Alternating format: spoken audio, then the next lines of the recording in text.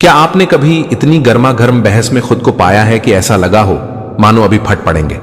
हम सब उस हालत से गुजरे हैं, चाहे वह ऑफिस में किसी के साथ एक मतभेद हो, किसी अपने के साथ लड़ाई हो, या फिर ऑनलाइन कोई गर्म बहस। लेकिन अगर मैं कहूं कि एक तरीका है जिससे आप किसी भी झगड़े को बिना हाथ उठाए और बिना गुस्से से हल कर सकते हैं।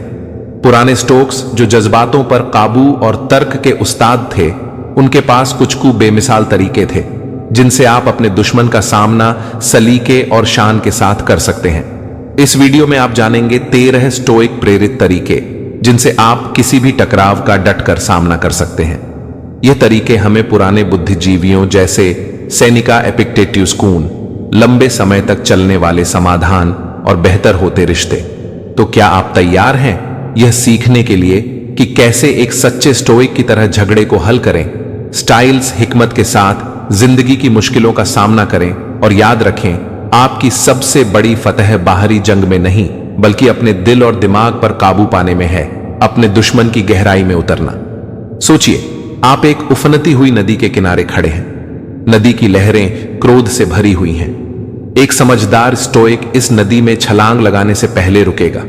उसकी नजर पानी की सतह पर नहीं बल्कि उन गहराइयों पर होगी जो दिखाई नहीं देती। ठीक इसी तरह अपने प्रतिद्वंदी के मन में झांकना पहला स्टोइक तरीका है। इस तनावपूर्ण स्थिति में फौरन प्रतिक्रिया देना लाजमी लगता है, लेकिन असली समझदारी है पहले अपने फैसले और सोच को कुछ देर के लिए रोक देना। जैसे एपिटस कहते हैं, हमें असल परेशानी घटनाओं से नहीं होती बल्कि हमारी उन पर सोच से होती है। इस स्टोइक सोच को अपनाने का पहला कदम है मौजूदा पल से थोड़ा हटकर खुद को शांत रखना, गहरी सांस लेना और हालात का जायजा बेगरजी से लेना। खुद को एक दीवार पर बैठा एक मक्खी समझे जो पूरे माहौल को बिना किसी जुज्बात के देख रही है। इस तरह की इमोशनल दूरी आपके अवलोकन और सोच को गहरा और तर्क संगत बनाती है। उनकी वजह जाने जिज्ञासा रखें, उनके बयान और हाव भाव के पीछे छुपी वजहों को जानने पर ध्यान दें। क्या चाहते हैं, उन्हें क्या डर है, उनकी जिंदगी के कौन से अनुभव उनकी सोच को आकार देते हैं। खुले सवाल पूछने से नई जानकारियां मिल सकती हैं, जैसे आप इस मुकाम तक कैसे पहुंचे या आपकी असल चिंताएं क्या हैं। उनकी नजर से देखें, इत्तेफाक नहीं बल्कि हमदर्दी के लिए उनके नजरिए को समझने की कोशिश करें। उनके बर्ताव को सही ठहराने के लिए नहीं बल्कि उनकी सोच और एहसास को समझने के लिए वो हालात को किस नजरिए से देख रहे होंगे। उनके उसूल और यकीन क्या है जो उन्हें आगे बढ़ा रहे हैं।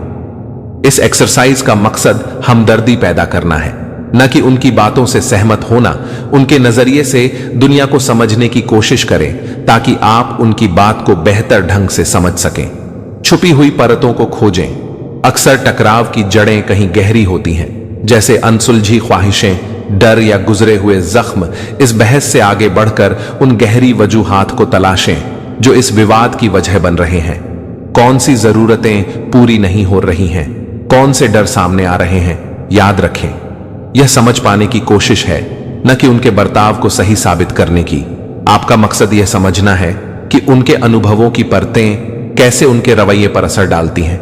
जैसे एक भूवैज्ञानिक चट्टानों की परतों का अध्ययन करके भूभाग को समझता है।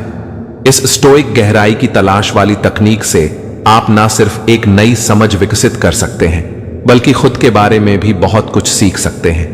और जो कभी उफनती नदी थी, वो आपकी समझदारी और सूझबूझ के साथ एक शांत धारा में बदल सकती है जिसके पत्थरों पर हल्का नक्शा उकेरा हुआ है। दूसरा, अपना संघर्ष समझदारी से चुने। जिंदगी में असहमति का सिलसिला आम है, कभी राजनीति पर बहस तो कभी पार्किंग में झगड़ा। लेकिन स्टोक्स हमें यह सिखाते हैं कि हर बाधा पर अपनी पूरी ऊर्जा लगाना जरूरी नहीं है। हर छोटी छोटी बहस में उलझना हमारे जज्बातों को थका सकता है। इसीलिए स्टोक्स का दूसरा तरीका हमें यही सिखाता है कि अपने संघर्ष समझदारी से चुने।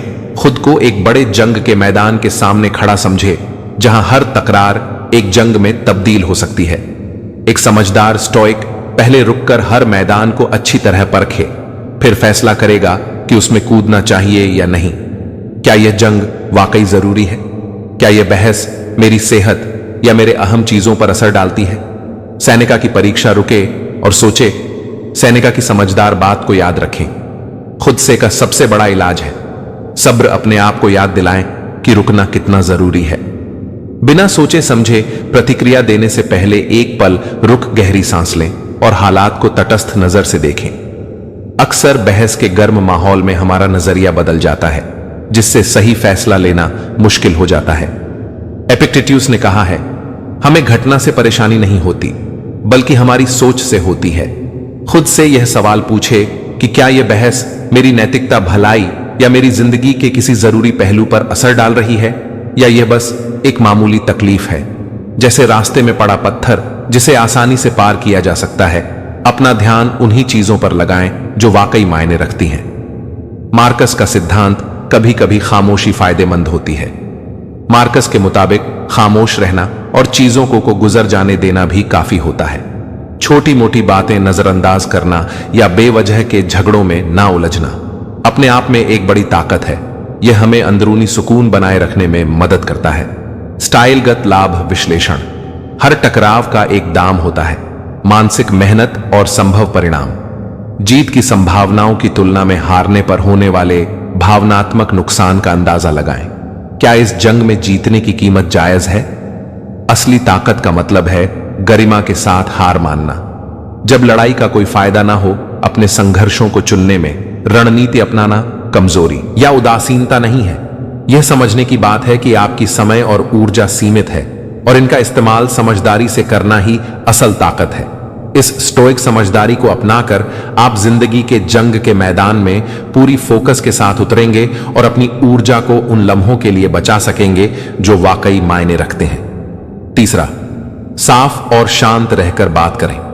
सोचिए, आप अपने विरोधी का सामना कर रहे हैं, लेकिन आपके हथियार नहीं बल्कि शब्द तैयार हैं। स्टोक्स का तरीका जोर देता है कि बात करने में शांति और स्पष्टता हो, जो बातचीत को एक बेहतर दिशा की तरफ ले जाए। काली गलौज या आरोप लगाने की बजाय यह तरीका इस बात पर जोर देता है कि अपनी जरूरतें और फिक्र अच्छे से बयां करें, ताकि गलतफहमियां कम हो और समझ बढ़े। स्टाइजर संवाद के मुख्य तत्व सक्रिय सुनने का कौशल विकसित करें। सिर्फ बोलने का इंतजार ना करें, बल्कि अपने विरोधी की बात को पूरी तरह से सुने। उनके शब्दों और बॉडी लैंग्वेज पर ध्यान दें। उन्हें समझे, उनकी बातों के जवाब देने से पहले उनकी बातें ध्यान से सुनें। बीच में ना टोक, होशियारी से सिर हिलाएं और आंखों में संपर्क बनाए रखें। इससे यह जाहिर होता है कि आप उनकी बात को महत्व दे रहे हैं और समझ रहे हैं। उनके जज्बातों का आदर करें और उनके अनुभव को मान्यता दें। हमदर्दी, न कि इत्तेफाक, उनकी भावनाओं और अनुभवों का आदर करें, भले ही आप उनसे सहमत ना हो। जैसे, मुझे समझ में आ रहा है कि आप परेशान हैं, या लगता है यह मसला आपके लिए अहम है। इस तरह की बातें विश्वास का रिश्ता कायम कर सकती हैं। मैं वाले बयान का इस्तेमाल करें। खुद की बात रखते समय मैं वाले शब्दों का इस्तेमाल करें, न कि आलोचनात्मक। तुम शब्दों का इससे रक्षात्मक कम होती है और सम सुलझाने में सहयोग बढ़ता है। उदाहरण के लिए, इस मामले में मुझे इज्जत का एहसास होना चाहिए, या जब आप ऐसा करते हैं तो मुझे दुख होता है। इससे अपने इमोशन को अच्छे से जाहिर किया जा सकता है। शांति से और दृढ़ता के साथ बात करें। आक्रामकता के बिना बात में शोर नहीं बल्कि समझ होनी चाहिए। आपकी बात में गुस्सा नहीं बल्कि समझ और ताकत लखनी चाहिए। बिना किसी गाली गलज और व्यक्तिगत हमला किए ठहराव के साथ अपने तर्क रखें। यह आपकी ताकत को बरकरार रखता है और समस्या को और गंभीर नहीं बनाता। समाधान को प्राथमिकता दें, न कि जीत को याद रखें। मकसद किसी हल तक पहुंचना है, न कि बहस में जीत हासिल करना। बातचीत की शुरुआत इस सवाल से करें, हम इसे मिलकर कैसे सुलझा सकते हैं, और इसका फोकस एक संयुक्त हल पर रखें। शांत और स्पष्ट तरीके से बात करना एक जरूरी कौशल है। अगर आपसे कोई गलती हो जाए तो माफी मांगने से ना डरें और खुद के साथ सब्र रखें। जितना ज्यादा सकारात्मक संवाद आप अपनाएंगे, मुश्किल कामों को संभालना उतना ही आसान होता जाएगा। चौथा, साझा रास्ता तलाश हो। रास्ते का ख्याल करो मानो दो पर्वतारोही अलग अलग चोटियों की ओर चढ़ रहे हैं। हालांकि जैसे जैसे वे ऊपर बढ़ते हैं, उन्हें एहसास होता है कि उनकी अलग अलग राहें एक साझा छोटी की ओर मिलती हैं, जहां समझ की रोशनी चमकेगी। यह रूपक हमारे चौथे तरीके के लिए बेहद मुनासिब है, साझा रास्ता ढूंढना। यह उस स्टोइक सोच की तरफ इशारा करता है जो कहती है कि हमें कुदरत के उसूलों के मुताबिक एकता में रहना चाहिए। अक्सर मतभेद यह आभास देते हैं कि हमारे ख्वाब या ख्वाहिशें एक दूसरे से मेल नहीं खाती, लेकिन स्टोक्स हमें यह सिखाते हैं कि सतह के नीचे झांके और उन गहरे रिश्तों को ढूंढे जो हमें आपस में जोड़ते हैं। पहले नजर में भले ही यह जरूरी ना लगे, मगर इन साझा हितों पर ध्यान केंद्रित करने से हम एक ऐसा ढांचा बना सकते हैं जो तालमेल और समझौते को आसान बना सकेगा और आखिरकार एक बेहतर हल की ओर ले जाएगा। अपने स्टोइक सफर में साझा जमीन तलाशने के लिए इन कदमों को फॉलो करें। अपने नजरिए को मैं से हम में बदले मुद्दा एक तुम बनाम मैं की बजाय एक साझा मंजिल की तरफ बढ़ने वाले सफर की तरह देखें। सोचिए कि आखिर हम दोनों क्या चाहते हैं। इस नजरिए में बदलाव हमें ऐसे बिंदु खोजने का मौका देता है जहां सहमति हो सकती है, चाहे वह तुरंत नजर ना आए। जरूरतों को समझो, सतह के नीचे देखो। अक्सर मतभेद कुछ अधूरी जरूरतों की वजह से पैदा होते हैं। खुद से सवाल करो कि यह झगड़ा या मतभेद किस जरूरत को पूरा करने की कोशिश कर रहा है। यह सुरक्षा, इज्जत या तस्दीक, सकारात्मक प्रतिक्रिया की जरूरत हो सकती है। इनाम जरूरतों को पहचानना सहानुभूति पैदा करता है और हल तलाशने को आसान बना देता है। साझा आदर्शों की खोज करो। हमारे मूल्यों से हमारे कामों का इरादा साफ होता है। मौजूदा समस्या के पीछे देखो और वह मूल सिद्धांत खोजो जो हम सब में होते हैं। क्या आप दोनों ईमानदारी, न्याय या तहजीब को अहमियत देते हैं? साझा मूल्य एक नैतिक दिशा की तरह काम कर सकते हैं जो आपके यकीन के मुताबिक फैसले लेने में मददगार साबित होते हैं। छोटे कदम लो। छोटे समझौतों की अहमियत समझो। हर बात पर फौरन सहमति की उम्मीद ना रखो, बल्कि उन छोटे छोटे बिंदुओं पर फोकस करो जहां असहमति हो सकती है। भले ही यह छोटे समझौते मामूली लगे, मगर यह भरोसे और सकारात्मक ऊर्जा को बढ़ाते हैं, जिससे बड़े मसलों पर भी बातचीत आसान हो जाती है। याद रखो, जिंदगी एक सफर है, मंजिल नहीं। सहज रास्ता खोजने में वक्त लगता है, इसलिए सब्र और समझदारी रखो। हर उस कदम की अहमियत समझो जो मिलजुल कर बढ़ने की तरफ बढ़ता है। इस स्टोइक तरीके का इस्तेमाल कर आप एक साधारण हल से आगे का रास्ता तलाश करते हो। अपने तजुर्बे, तालमेल देखकर और एक शांत भविष्य की बुनियाद रखते हुए आप उस साझा रास्ते की तलाश में लगते हो जहां मिलकर चढ़ने वाले लोग साझा आदर्शों और हितों की रोशनी में समझ की ऊंचाई को छूते हैं। 5. उनके आंतरिक मूल्यों से संबोधित करें। कल्पना करें कि आप एक विशाल ओक के पेड़ के सामने खड़े हैं, जिसकी जड़ें मिट्टी में मजबूती से बसी हुई है। ओक को हिलाने के लिए सिर्फ कच्ची ताकत काफी नहीं होगी। दूसरी ओर एक समझदार स्टोइक हवा और पानी जैसे तत्वों के प्रभाव से अवगत होगा, जो धीरे धीरे इसे उसके आदर्शों की ओर प्रेरित कर सकते हैं। जैसे कान में फुसफुसाना का उदाहरण है, जो आंतरिक आदर्शों से संबोधित करने की बात करता है। यह विवादों को कुशलता और शांति से सुलझाने का एक शक्तिशाली साधन है। हम सीधे उनके व्यक्तित्व पर निशाना लगाने के बजाय उनके मूल्यों और विचारों की समृद्ध मिट्टी पर ध्यान केंद्रित करते हैं। उनके आंतरिक कंपास को समझना और सम्मान करना ऐसे समाधान पैदा कर सकता है जो उनके मौलिक विश्वासों के अनुरूप हो। इससे अंततः अधिक सच्ची स्वीकृति और दीर्घकालिक समझौते सुनिश्चित होते हैं। अपने स्टोइक सफर की शुरुआत मूल्य प्रेरित प्रेरणा की ओर इन कदमों का पालन करें। मूल्य परिदृश्य का अनावरण करें। एक मूल्यवान पुरातत्वविद बने और अपना मामला तैयार करने से पहले शोध करें। वे किन सिद्धांतों का पालन करते हैं, कौन से मूल्य उनके व्यवहार को निर्देशित करते हैं। उनकी बातों और कार्यों पर नजर रखें और ध्यान दें कि वे क्या स्वीकारते हैं, नकारते हैं और महत्व देते हैं। इससे उनके मूल्य परिदृश्य का नक्शा बनाने में मदद मिलेगी, जिससे संभावित कनेक्शनों को पहचानना आसान होगा। मूल्य विभाजन को पाटे साझा विषयों की पहचान करें। यह मानकर ना चले कि उनके मूल्य आपके पूरी तरह से विपरीत हैं। साझा आदर्शों की तलाश करें, भले ही वे वर्तमान परिस्थिति में फिट ना बैठते हों। उदाहरण के लिए, अगर आप दोनों कर्तव्य, ईमानदारी और न्याय की सराहना करते हैं, तो यह साझा मूल्य आपके बीच एक कड़ी के रूप में कार्य करेंगे, जिससे आप अपना मामला इस तरह प्रस्तुत कर सकते हैं जो उन्हें आकर्षित करें। उनकी भाषा में बात करें।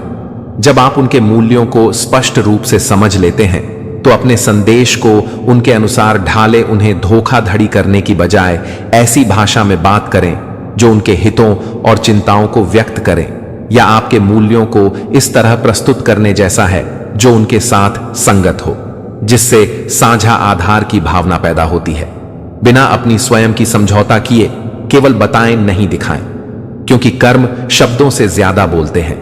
उन्हें दिखाएं कि आपका समाधान उनके विश्वासों को कैसे अपनाता है, ना कि सिर्फ उन्हें समझाने के बजाय अपने रणनीति के उस तरह से उनके मूल सिद्धांतों को अपनाने के विशिष्ट उदाहरण, किस्से या पिछले कर्मों को प्रस्तुत करें। यह आपके मामले को मजबूत और मानवीय बनाता है। याद रखें कि सम्मान आवश्यक है, वर्चस्व की बजाय समझदारी की तलाश करें। इस प्रक्रिया के दौरान हमेशा सम्मानजनक और समझदार रहे।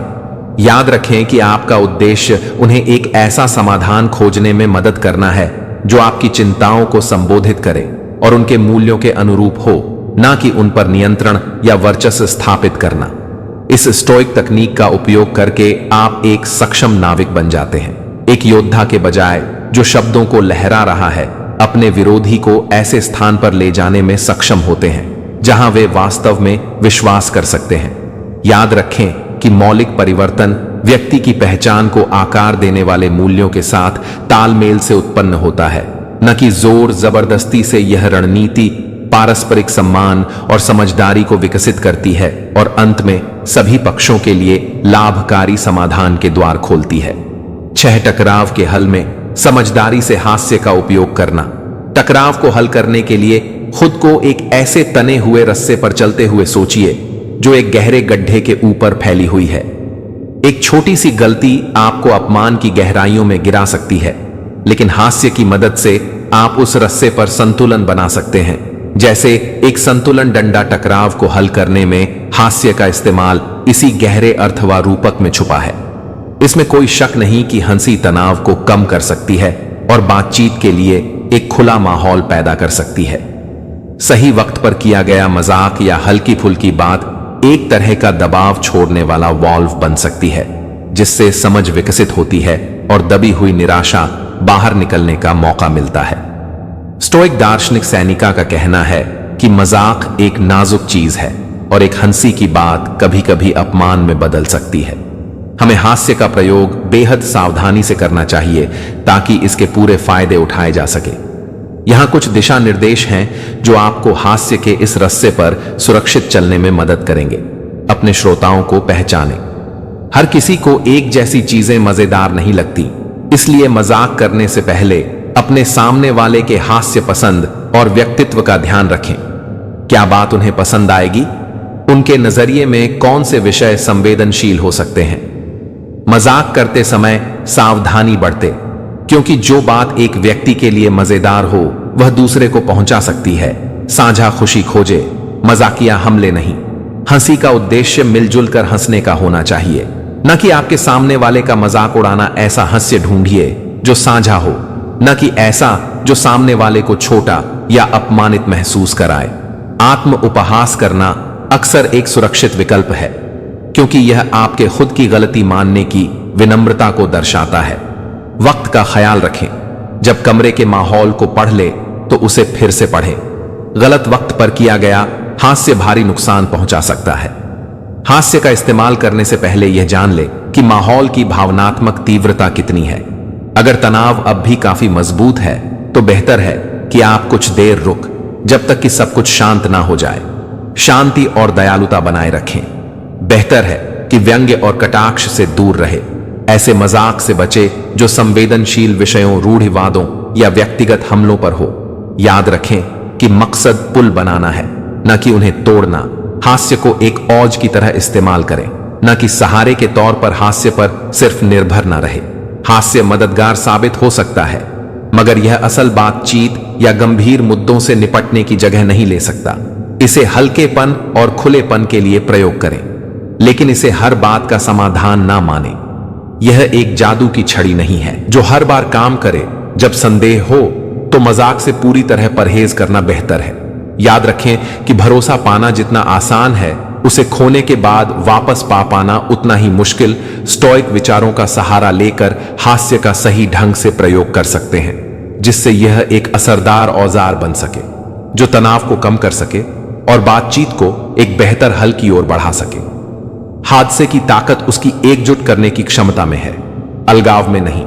जब इसे सही ढंग से इस्तेमाल किया जाए तो यह तनावपूर्ण हालात को समझ और समाधान के मौके में बदल सकता है, और शायद यह आपको हैरान भी कर दे। 7 हमदर्दी पेश करना। हमदर्दी को यूं समझिए जैसे आप एक उबड़ खाबड़ पहाड़ी रास्ते पर खड़े हैं और सामने दूसरी तरफ एक साथी चढ़ाई करने वाला दिख रहा है जो दूसरी दिशा में जा रहा है। उसकी नाराजगी और गुस्सा घाटी में तेज हवा की तरह गूंज रहे हैं। स्टोइक तरीके से बहस के बजाय आप धीरे धीरे नीचे उतरते हैं, दूरी को बांटते हैं और उसे समझने के लिए हाथ बढ़ाते हैं। यही इस 7वें उसूल का असल मकसद है, हमदर्दी का इजहार करना। हमदर्द कीमती औजार है जो कठिन हालात में भी आपसी टकराव को सुलझाने में मददगार साबित होती है। जैसा कि मार्कस ऑरेलियस का मशवरा है, जब हम दूसरों की भावनाओं को समझते हैं और उनके तजुर्बा को मान्यता देते हैं तो हम असली कनेक्शन बना सकते हैं और एक बेहतर बातचीत के दरवाजे खोल सकते हैं। इस स्टॉक ताकत को हासिल करने के कुछ तरीके यहां दिए गए हैं। दृष्टिकोण बदले। मुझसे उनकी ओर, दुनिया को उनकी नजर से देखने की कोशिश करें। सिर्फ अपने नजरिए पर ध्यान देने के बजाय स्थिति को उनकी दृष्टि से समझने की कोशिश करें। कौन से वाकये उनकी भावनाओं को प्रभावित कर रहे हैं, कौन से डर या सुरक्षाएं उनके व्यवहार को प्रेरित कर सकती हैं। यह नजरिया बदलने से आप हमदर्दी को महसूस कर सकते हैं और उनकी अनोखी हकीकत को समझ सकते हैं। उन शब्दों पर ध्यान दें जो कहीं नहीं गई। बातचीत करते वक्त सिर्फ बातों पर ही नहीं बल्कि चेहरे के हाव भाव, आवाज के उतार चढ़ाव और जिस्मानी जुबा पर भी ध्यान दें। यह अंदाजा लगाएं कि वह कह क्या रहे हैं और क्या छुपा रहे हैं। जो बातें जाहिर नहीं होती उनमें अक्सर गहरे जज्बात छुपे होते हैं जिन्हें उनके लफ्ज ढक सकते हैं।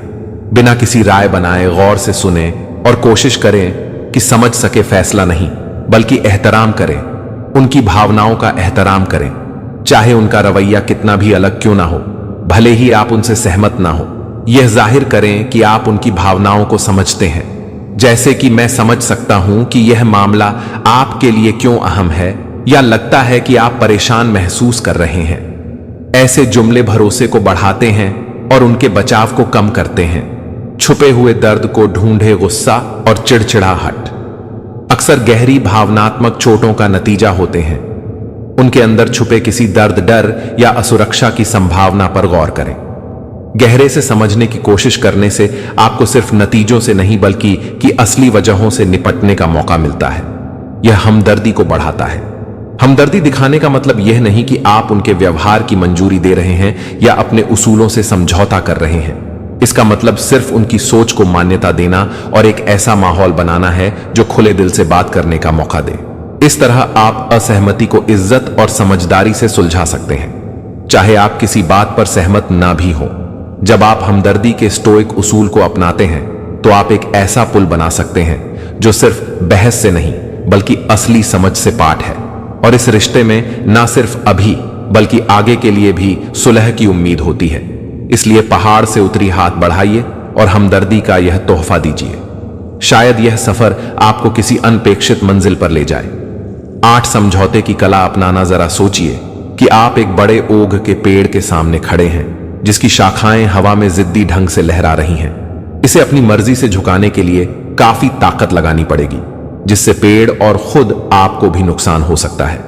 एक समझदारी भरा तरीका जो स्टोइक फलसफे से प्रेरित है वह है समझौते की कला को अपनाना, झुकने और ढलने का हुनर, ताकि हवा और ओक शांति से एक साथ रह सके। सख्त नजरिए और पक्के इरादे अक्सर सफल टकराव समाधान में रुकावट डालते हैं। एपिक्टेटस का कहना है, चीजों को अपनी मर्जी के मुताबिक होने की ख्वाहिश मत करो, बल्कि ख्वाहिश करो कि वे वैसे ही हो जैसे वे हैं, और तुम एक शांतिपूर्ण जीवन जी पाओगे। असल ताकत इसमें है कि आप और आपके सामने वाले के मुद्दों का हल कम से कम किसी हद तक मिल जाए।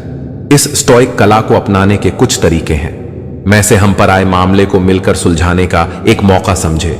इसे मुकाबले की जगह ऐसे अवसर के रूप में देखें जिसमें हर किसी के लिए बेहतर समाधान निकाला जा सके। इस नजरिए में बदलाव से अधिक संतुलित और रचनात्मक हल निकल सकते हैं। साझा मकसद की पहचान करें, मिलते जुलते मकसद खोजें। भले ही वह साफ ना दिखे, मौजूदा बहस से आगे जाकर अपने साझा लक्ष्य को देखें। मुमकिन है कि आप दोनों एक जैसी चीजों को महत्व देते हैं, जैसे न्याय, सम्मान या एक उत्पादक माहौल। इन मकसद की पहचान से समझौते के लिए नींव तैयार होती है। प्राथमिकताएं तय करें और कुछ छोड़ने की इच्छा रखें। हर बात की बराबर अहमियत नहीं होती। यह तय करें कि आपके लिए सबसे महत्वपूर्ण क्या है और जिन बातों का महत्व कम है उन्हें छोड़ने के लिए तैयार रहे। इससे आप अपने मुख्य मुद्दों का हल ढूंढने में ध्यान केंद्रित कर सकते हैं। काफी है या दोनों की जीत वाला हल ढूंढे। इस बात पर ध्यान देने की बजाय कि कौन जीत रहा है, एक ऐसा हल खोजे जिसमें सभी पक्षों को लगे कि उनकी जरूरतें किसी हद तक समझी गई हैं। इस तरह लंबी अवधि में दुश्मनी कम होती और इंसाफ का एहसास बढ़ता है। याद रखें कि जिंदगी एक सफर है, मंजिल नहीं। सब्र और लचीलापन जरूरी है, क्योंकि समझौते अक्सर एक बार में पूरे नहीं होते। अगर हालात बदलते हैं या नई जानकारी आती है तो समझौते पर दोबारा विचार करने के लिए तैयार रहे। एक स्थायी समझौते के लिए खुली बातचीत और लचीलापन आवश्यक है। स्टॉक समझौते की कला को अपनाने से आपकी मांगें और सिद्धांत सुरक्षित रहते हैं। आप ताकत, लचीलापन और एक ऐसा रवैया दिखाते हैं जिसमें हर किसी के लिए बेहतर हल निकलता है। आप समझ जाते हैं कि कैसे एक संतुलन की स्थिति में रहना है, ना कि लगातार टकराव में, जैसे हवा और ओक जो एक दूसरे को नजरअंदाज नहीं करते बल्कि साथ रहकर सभी के लिए शांति और सौहार्द का माहौल बनाते हैं। नौबेना शर्म बाहरी मदद ले। जरा सोचिए कि आप कांटों की एक घनी झाड़ी में उलझे हुए हैं जिनकी शाखाएं आपके रास्ते को रोक रही हैं। आप कितना भी कोशिश करें, आगे बढ़ना नामुमकिन सा लगता है। यह उलझन अक्सर उस समय जैसा महसूस होता है जब किसी विवाद में फंस जाते हैं जहां संवाद टूट चुका होता है और समाधान दूर दिखाई देता है। लेकिन स्टोक्स हमें याद दिलाते हैं कि हम ऐसे हालात में भी अकेले नहीं हैं। इस 9वीं रणनीति पर जोर है कि बाहरी सहायता लेना हमारी सकारात्मक रास्ता खोजने की प्रतिबद्धता का प्रमाण है, न कि हमारी कमजोरी का। मसलन एक मध्यस्थ या काउंसलर एक निष्पक्ष तीसरे पक्ष के रूप में काम कर सकता है, जो टकराव के इस उलझे रास्ते को समझने में मदद करता है। जैसे एक स्टोइक दार्शनिक अपने छात्रों को ज्ञान की ओर मार्गदर्शन करता है, वैसे ही वे संवाद के लिए एक सुरक्षित माहौल उपलब्ध कराते हैं जहां दोनों पक्षों को सुना और सम्मानित किया जाता है। उनकी जानकारी आपके बीच की उलझन को सुलझाने में सहायक हो सकती है। भावनात्मक रुकावट को दूर करना। मजबूत भावनाएं अक्सर हमारे संवाद की क्षमता को बाधित कर देती, जिससे सामने वाले के दृष्टिकोण को समझना या अपनी बात साफ तरीके से समझाना मुश्किल हो जाता है। एक निष्पक्ष तीसरा व्यक्ति इन भावनात्मक उलझनों को सुलझाने में मदद कर सकता है, जिससे बातचीत का माहौल अधिक शांत और उत्पादक बनता है। अंतर को पाटना और समझ की एक पुल बनाना। काउंसलर और मध्यस्थों को टकराव में फंसे पक्षों की समझ को बढ़ाने में प्रशिक्षित किया गया होता है। वे हर पक्ष को सामने वाले का नजरिया समझने में मदद कर सकते हैं, जिससे सहानुभूति बढ़ती है और रक्षात्मक घटती है। इस तरह की सहायता से बातचीत अधिक सकारात्मक और समाधान की ओर बढ़ती है। संसाधनों और तरीकों की पेशकश। कई काउंसलर और मध्यस्थ टकराव, समाधान और संवाद के विशेष प्रशिक्षण प्राप्त होते हैं। लंबे समय में वे आपको ऐसे कौशल और तकनीकें प्रदान कर सकते हैं जो भविष्य में टकराव को बेहतर तरीके से संभालने में सहायक हो सकती हैं, जिससे आपके रिश्ते मजबूत होते हैं। याद रखें कि मदद मांगना कमजोरी नहीं, बल्कि एक समझदारी की निशानी है। स्टोइक फिलॉसफी के अनुसार सहायता मांगना समझदारी का प्रतीक है, कमजोरी का नहीं। यह दिखाता है कि आप ऐसा समाधान बनाने के लिए तैयार हैं जो सभी के लिए काम करता है, और आप अपने विकास और रिश्ते की सफलता में निवेश करने को प्रतिबद्ध है। बाहरी सहायता लेने से आप दूसरों की जानकारी और अनुभव का लाभ उठा सकते हैं, जिससे आप और आपका प्रतिद्वंदी इस जटिल विवाद के रास्ते को सफलतापूर्वक पार कर सकते हैं और एक शांतिपूर्ण और रचनात्मक नतीजे तक पहुंच सकते हैं। याद रखें कि कभी कभी मदद लेने से आगे का रास्ता रोशन हो सकता है, और यह याद दिलाता है कि सबसे कठिन हालात में भी आप अकेले नहीं हैं। 10 माफी। जरा सोचिए कि आप एक विशाल पत्थर से बंधे हुए हैं जिसका वजन आपको नीचे की ओर खींच रहा है। और उसके नुकीले किनारे आपकी त्वचा में चुभ रहे हैं। यह बोझ जो आपको अतीत में बांधे रखता है और आगे बढ़ने में मुश्किल पैदा करता है, वो नाराजगी और शिकायत का बोझ है। माफी एक ऐसा शक्तिशाली उपकरण है जिसे स्टोइक फिलॉसफी हमें इन जकड़न को छोड़ने के लिए पेश करती है। माफ करना ना तो अतीत को सही ठहरा है और ना ही दूसरे व्यक्ति के व्यवहार को। सेनेका हमें याद दिलाते हैं कि जो इंसान बदला लेने में लगा रहता है वह हमेशा एक खुले जख्म के साथ जीता है। माफी असल में एक जानबूझ कर लिया गया निर्णय है कि आप उन दुखों को छोड़ जो आपको बांधे रखते हैं, ताकि आप स्पष्टता और मानसिक शांति के साथ आगे बढ़ सके।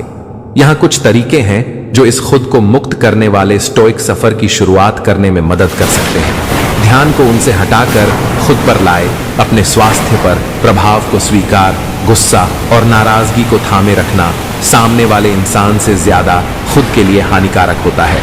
यह आपकी ऊर्जा को खत्म करता है, आपके सोचने शक्ति को प्रभावित करता है और आपको खुश और शांत रहने में बाधा डालता है। जब आप माफी का चुनाव करते हैं तो आप अपनी मानसिक स्थिति पर फिर से नियंत्रण पा सकते हैं और अपने स्वास्थ्य को प्राथमिकता दे सकते हैं। नजरिए के प्रभाव को समझें, परिस्थितियों को एक व्यापक दृष्टिकोण से देखें। माफ करना कभी कभी उस इंसान की पृष्ठभूमि और इरादों को समझना भी होता है। इसका मतलब है उनकी कमियों और कमजोरियों को समझना, न कि उनके कृत्यों को सही ठहराना। इस नजरिए में बदलाव से सहानुभूति बढ़ सकती है और उस स्थिति का भावनात्मक असर कम हो सकता है। छोड़े और याद रखें, अतीत को छोड़े ना कि यादों को माफ करना। अतीत को भूलना नहीं है, बल्कि उससे जुड़े नकारात्मक भावनाओं को छोड़ देना है। उन सबको को याद रखें जो आपने सीखे हैं, पर नाराजगी और नफरत जैसे बोझ को पीछे छोड़ दें। सक्रिय माफी में संलग्न रहे। याद रखें कि माफ करना एक निरंतर प्रक्रिया है। इसे नियमित रूप से अपनाने की कोशिश करें। यात्रा है जो निरंतर समर्पण की जरूरत रखती है। सक्रिय माफी का अभ्यास करने के लिए जब भी नकारात्मक विचार और भावनाएं उभरे, उन्हें जानबूझकर छोड़ दें। जर्नलिंग, माइंडफुल और मेडिटेशन जैसी तकनीकें इस प्रक्रिया में सहायक साबित हो सकती हैं। ध्यान रखें कि माफी आपकी है, खुद के लिए एक तोहफा है, न कि उनके लिए।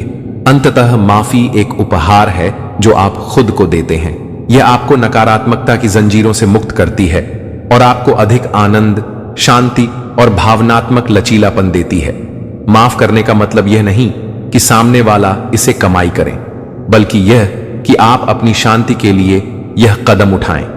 रूहानी माफी को अपनाना आपको अपने वर्तमान को बदलने का मौका देता है और एक बेहतर भविष्य के लिए जगह बनाता है। बिना अतीत को मिटाए आप शांति और आत्म सहानुभूति के रास्ते पर चलने का चुनाव करते हैं। खुद को कड़वाहट और गुस्से के बंधनों से मुक्त करते हैं। याद रखें कि माफ करना आपकी ताकत और अपने स्वास्थ्य के प्रति समर्पण को दर्शाता है। कमजोरी को नहीं, तो गहरी सांस ले, बोझ को छोड़ें और एक ऐसे भविष्य की ओर बढ़े जो अधिक आजादी और आंतरिक शांति का वादा करता है। 11 संघर्ष की राख से विकास। जरा सोचिए, एक फीनिक्स की तरह जो संघर्ष से गुजरा है और भी ताकतवर और समझदार बनकर उभरा है। स्टोइक दर्शन का 11वां सिद्धांत हमें यह बताता है कि संघर्ष को व्यक्तिगत विकास का माध्यम कैसे बनाया जाए, और यह उसी शक्ति के प्रतीक में झलकता है।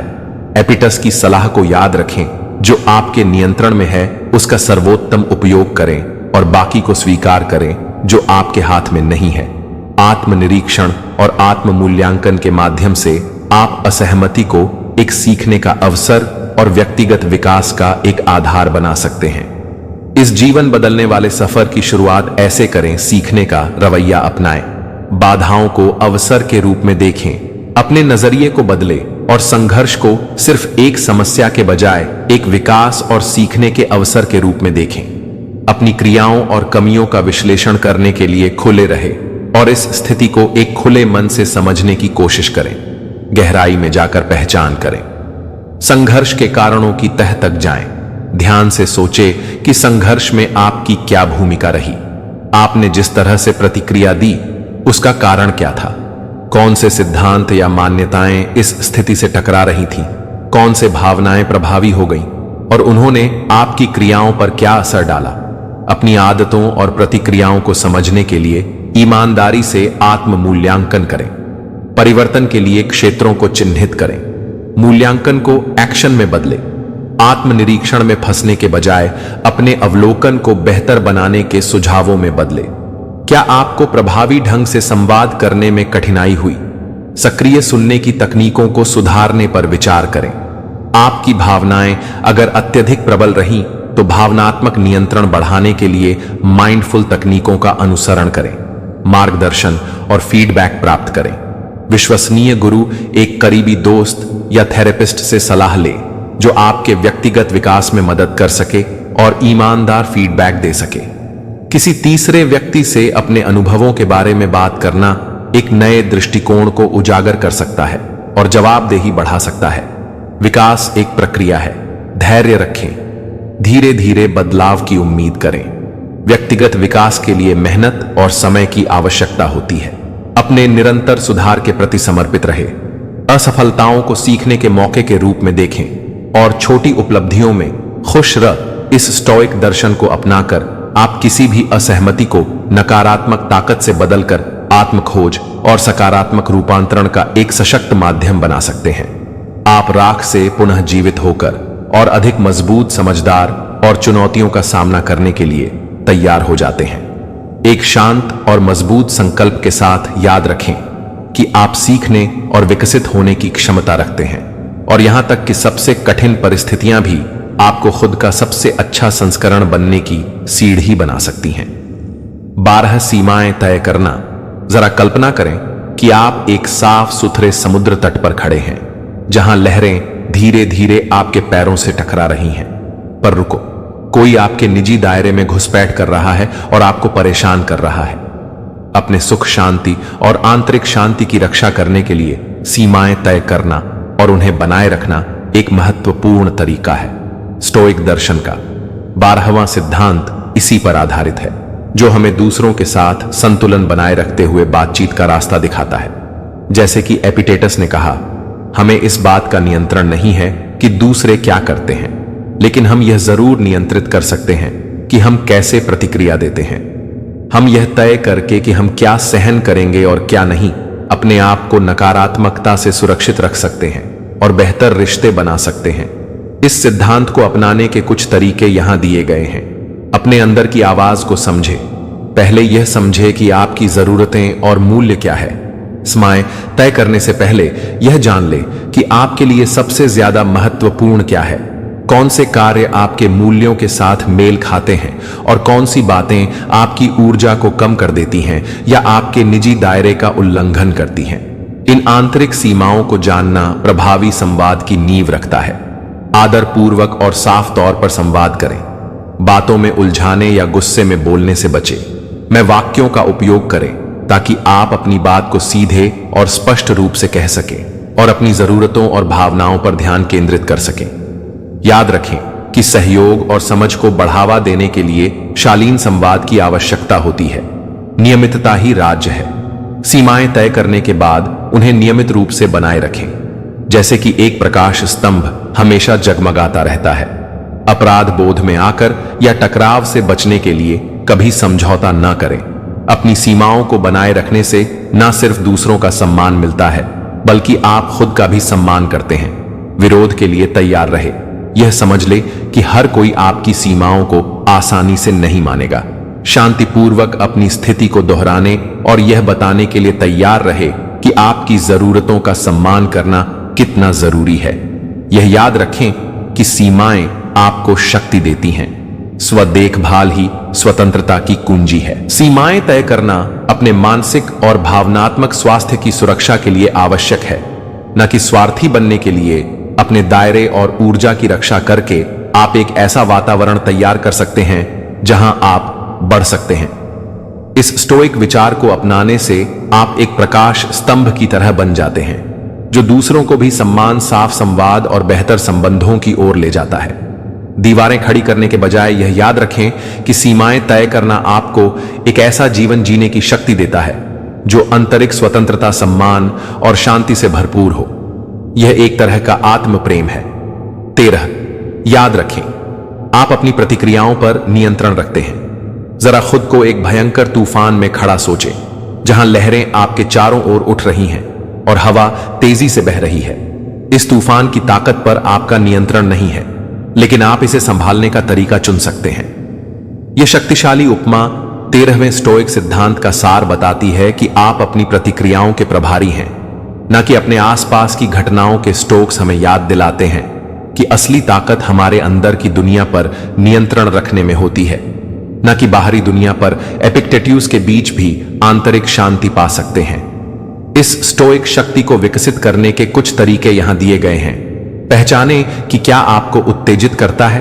अपनी भावनाओं के क्षेत्र को पहचानें। उन परिस्थितियों या गतिविधियों के बारे में सोचें जो आमतौर पर आपको बुरा महसूस कराती है। क्या कुछ खास बातें या लोग हैं जो आपको जल्दी प्रभावित करते हैं? इन उत्तेजनाओं को पहचानना ही पहला कदम है। एक पल रुके और सांस लें। प्रतिक्रिया देने से पहले खुद को थोड़ा समय दें।